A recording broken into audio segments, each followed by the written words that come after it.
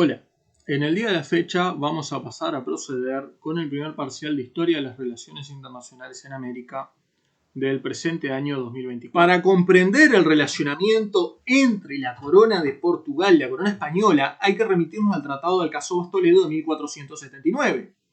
el cual señala en primeras líneas, más allá de los intercambios territoriales, una disposición muy importante, que es la consumación del matrimonio entre Juana la Beltraneja, hija de Isabel, y Juan II, hijo de Alfonso V de Portugal. De modo que a través del sacro matrimonio se consuma la alianza política y diplomática entre las coronas de Portugal y España. Resalto esto porque es una cuestión importante que va a estar marcada durante todo el periodo, tanto del siglo XVI como el siglo XVII y el siglo XVIII. Quizás en el siglo XIX se desdibuja un poco, pero hasta nuestros días se mantiene.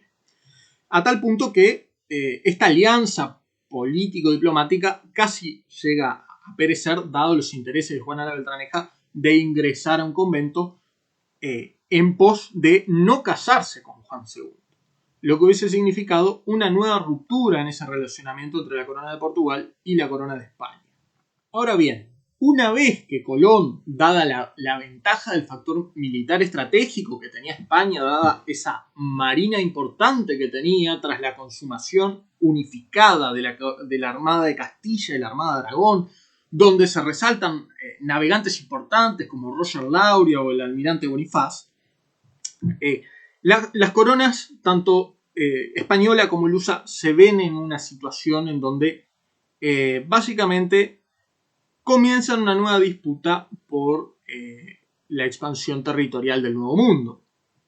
Es así que recurren a la figura del Papa Alejandro VI, quien dictamina una serie de bulas papales, en las que señala, sintetizando un poco, que en primera línea que Castilla, los reyes católicos, es poseedora de todos los dominios descubiertos en las Indias, de todas las islas y territorios por descubrir. Cosa que en primera línea no contentó del todo a los reyes católicos, ya que ellos pretendían hacerse también con el meridiano de Azores, es decir, perteneciente a Portugal. Es por ello que se dictamina una segunda bula en la cual se señala justamente que, los reyes católicos son poseedores de todo lo descubierto y todas las tierras por descubrir, tanto sus islas, tanto al occidente o mediodía de las Indias. ¿Qué sucede? Portugal reclama esta situación. Por lo tanto, y en cuanto,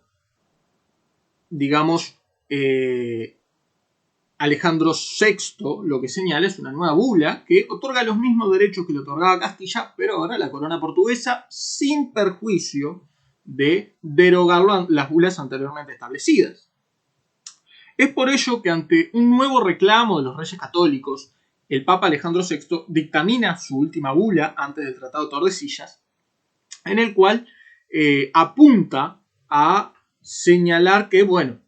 los reyes católicos, España, la corona española, es dueña de todos los dominios territoriales descubiertos o por descubrir, de todas las islas descubiertas o por descubrir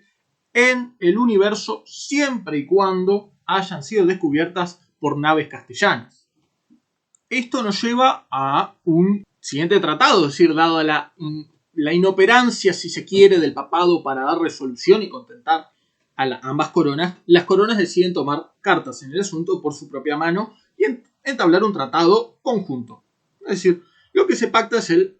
clásico Tratado de Tordesillas de 1494, donde se dictamina que la línea vertical establecida de polo a polo se trasladará 370 leguas hacia el oeste de la isla de Cabo Verde, cosa que le daba a Portugal parte del Nuevo Mundo. De modo que Portugal va, a raíz de las primeras misiones que envía en 1497 con Vasco da Gama y después en el 1500 que toma mayor relevancia en lo que son las costas del Brasil con las capitanías, va a tener mayor presencia en América, en esa Hispanoamérica. Por otro lado, en el relacionamiento entre el Reino de las Indias y el Reino de España, se nota, digamos, esa equidad propiamente dicha del derecho castellano, en donde el Reino de España no ve al Reino de las Indias como una colonia, lo ve como una provincia más del Reino de España, ese reino en donde nunca se pone el sol. A tal punto que a nivel jurídico se destaca esa moralidad jurídica de España, se destaca el respeto de instituciones que ya existían para aquellos, como dice Francisco Vitoria, los bárbaros, que ya tenían sus propias instituciones como poseedores a través del derecho natural de ese territorio, que era lo que se llamaba el Consejo de Ancianos, que España lo respetó y encima le sumó instituciones como los cabildos para organizar de forma más ordenada y correcta a la población. Pero no solo queda ahí. España inclusive, el propio reino, le asignó al nativo, al indígena, le asignó la defensa del territorio. ¿Pero por qué? Por una lógica estratégica muy sencilla. Quien puede defender mejor su territorio es quien lo conoce mejor. España descubrió un nuevo mundo, Colón descubrió un nuevo mundo, con nuevos relieves, con nueva hidrografía, es decir, asignarle la defensa a través de las milicias a los indígenas era una cuestión de deducción lógica en esa relación política. Pero no solo en esa cuestión, sino en términos de alianzas político-diplomáticas, como se mencionaba anteriormente, se vuelve a consumar por medio del matrimonio la formalidad de las alianzas y el relacionamiento entre el Reino de España y el Reino de las Indias, a tal sentido de que cuando llega Hernán Cortés, él se casa con la hija de Moctezuma, la famosa Malinche. Y vuelvo a lo que mencioné anteriormente con Juana la Beltraneja y Juan II, en el sentido de que los matrimonios consolidan alianzas políticas. Ya entrados más en ese siglo XVII, en ese 1600, se tiene que destacar una situación particular que comenzó a suceder entre los portugueses ayornados, en lo que hoy conocemos como el Brasil, y el resto de Hispanoamérica, sobre todo que a nivel como orientales nos congrega. Se comenzó una lucha, si se quiere, de ocupación geográfica por parte de Portugal y España, dado que en 1680 se produce la fundación de Colonia del Sacramento de parte de Manuel del Lobo, cosa que va a generar de cierta forma, con el pasar del tiempo, una preocupación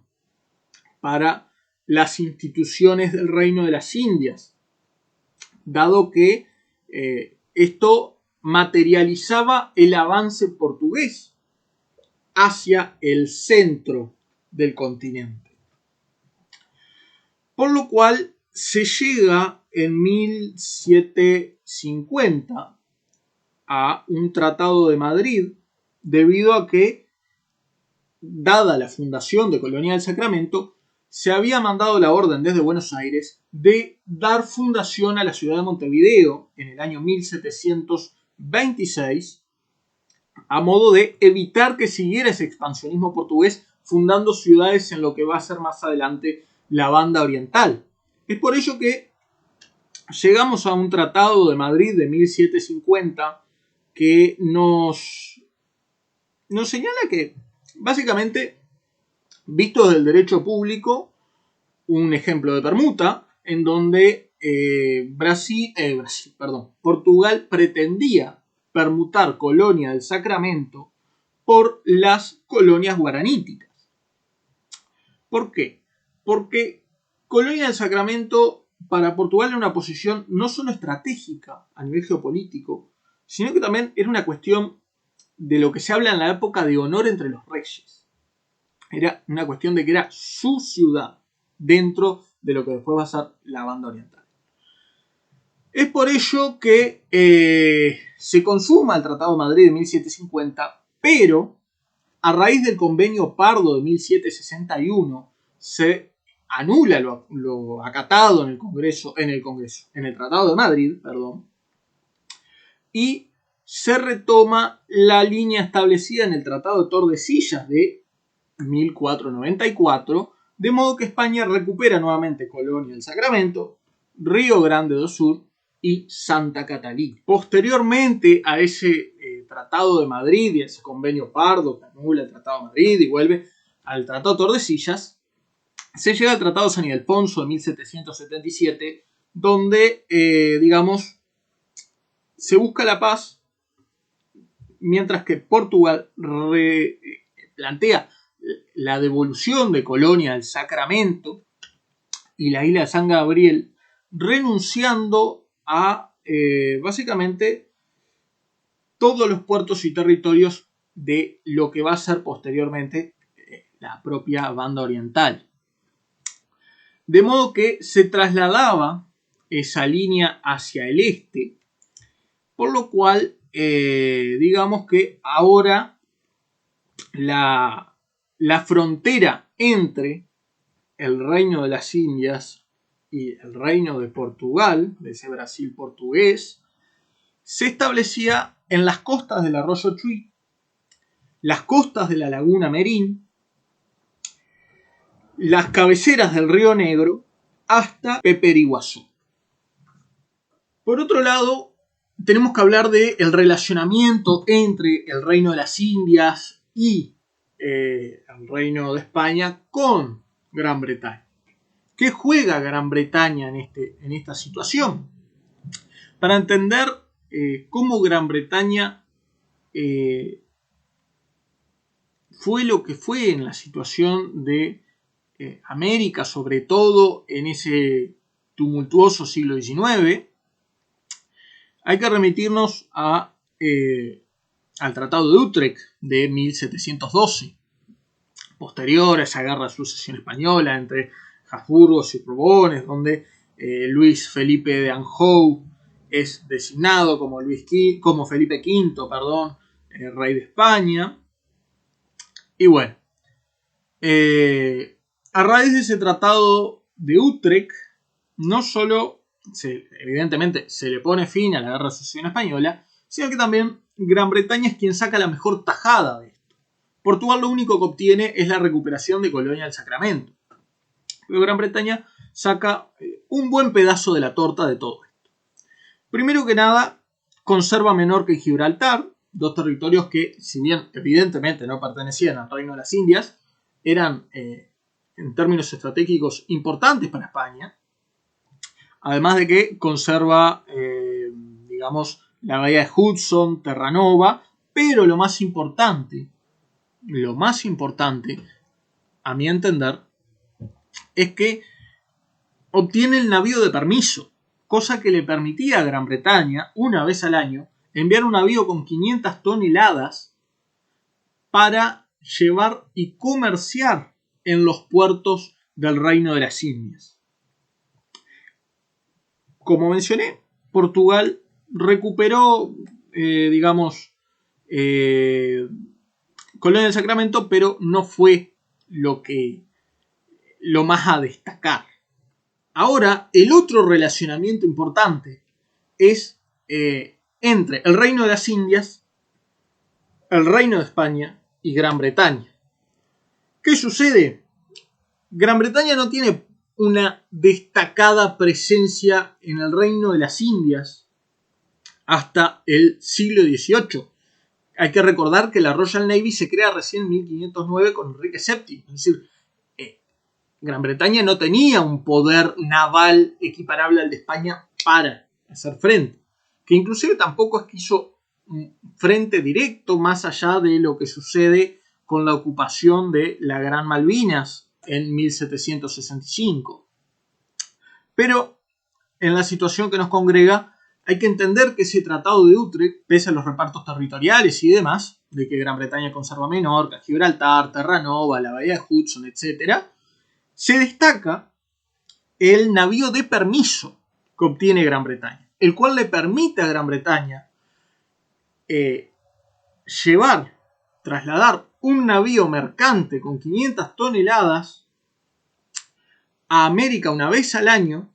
para comerciar. Y es acá donde Gran Bretaña se comienza a proyectar comercialmente en América, donde comienza a ejercer poder